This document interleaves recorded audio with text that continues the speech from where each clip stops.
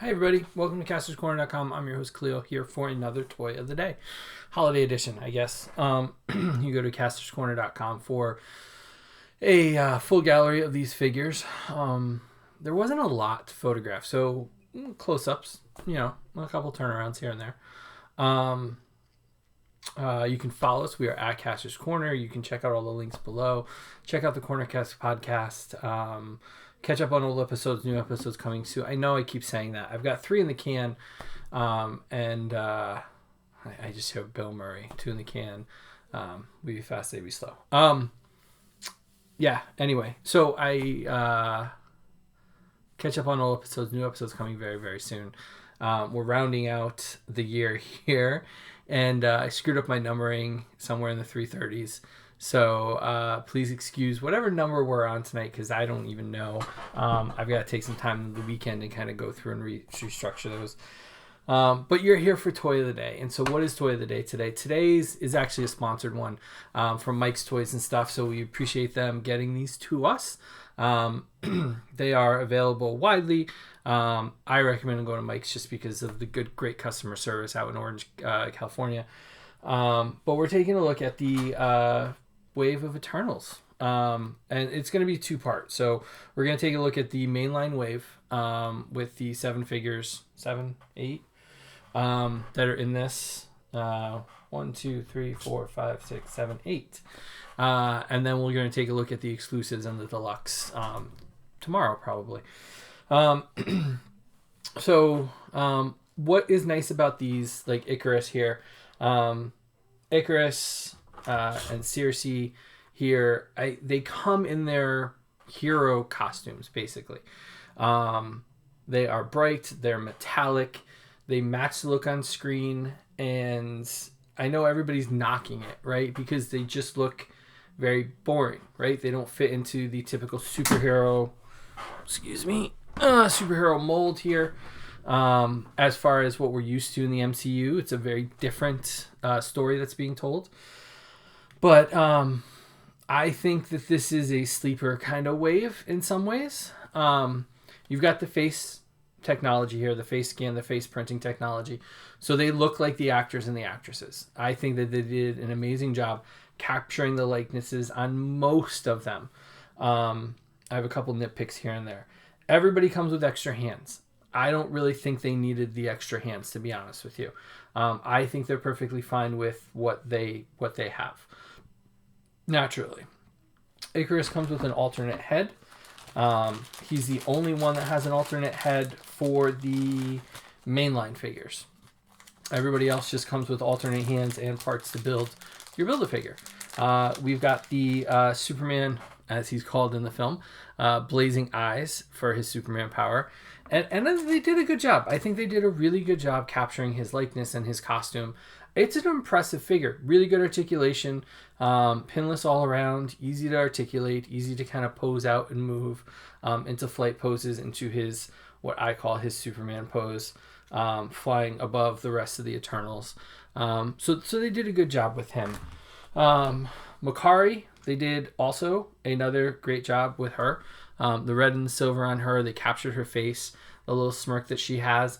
They gave her, then they're packed away, they gave her Spider-Man hands, which I don't understand why she had Spider-Man hands. She's a runner, so I would expect fists or open hands to kind of do it.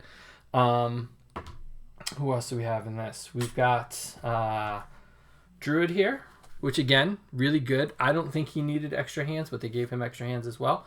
Really good likeness to the actor. Really good likeness for the costume. What else we got?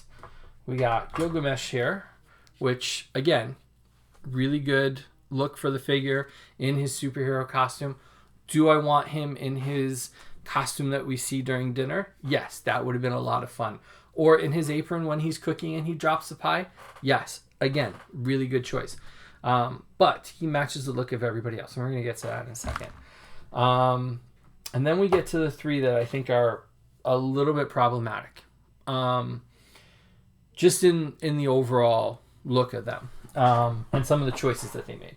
So Kingo here, I think they did a really good job with the costume. I think they really captured his purple and gray and black kind of look and silver look here for sure.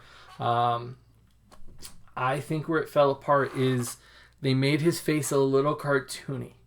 And Kumail Nanjiani has that kind of that smirky face to it, and so they try to capture it, and it definitely, you can tell it's him, but I don't know if it's the lines in the figure or the size of the head or what, but it doesn't line up to the other heads that are kind of the real face prints. It looks like it belongs more in like the What If wave, which is fine. He comes with his finger guns, so that you can have him shooting his power out, which is fun. I love the colors for him. Sprite, I think that they capture the costume really well. I think where it falls apart for me is this head could fit on any of the other bodies and look natural. On this one, it looks really big. And I don't know why or how, but it looks a little bobbleheady. And so, okay, so there's my one criticism there. And then finally, Fastos here, the purple, the bright purple, the bright silver, really, really well done. I think his likeness is probably the least captured here. I think it's good. I think it's really good.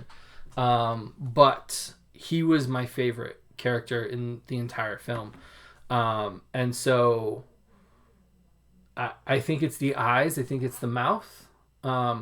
He was always a happy, like he was upset for part of it. But he brought a light, personally, what I thought was a very big light to the movie. And so it doesn't reflect here. And the tunic, skirt, whatever you want to call it, definitely impacts his ability to kind of pose out. So, slight criticisms here. Not enough to deter me from buying them. I was in on this regardless. And here's why. Everybody's blasting it saying the movie wasn't that good. I personally thought it was a great movie. I thought they did a really good job developing the characters, developing the storyline. I didn't mind the first MCU sex scene, or what was perceived as a sex scene. It was by no means a real sex scene, so don't get all worried about showing your kids that. I don't think there was anything very graphic there. I think they did a really good job at showing different people, and a much broader sense of family in the MCU between the Eternals themselves and the lives that they've made for them here on Earth.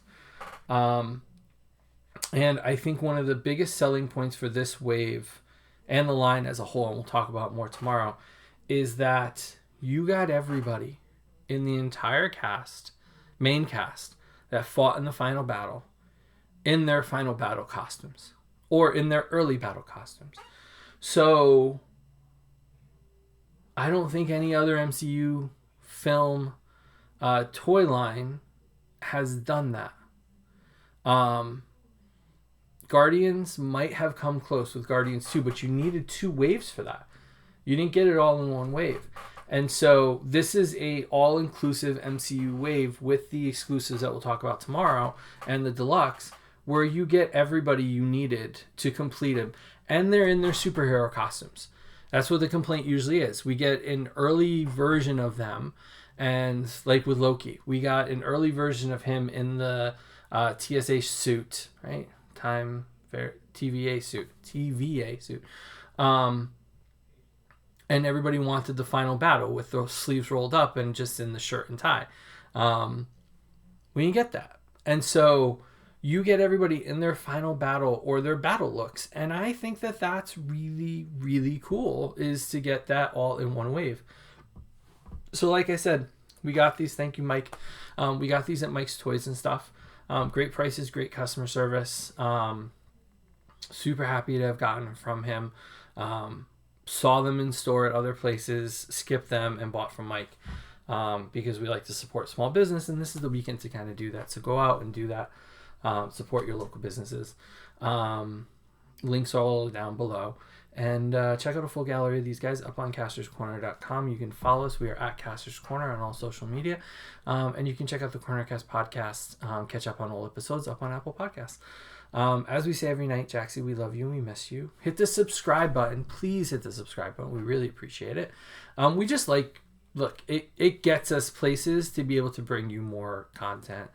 And that's been kind of like the goal for me, is less about like notoriety and more about just being able to go places and do things that kind of bring you guys more news and more information and a place to talk and talk about toys. So hit the subscribe button. And we'll see you tomorrow night for another toy of the day here on castorscorner.com. Have a good night, everybody.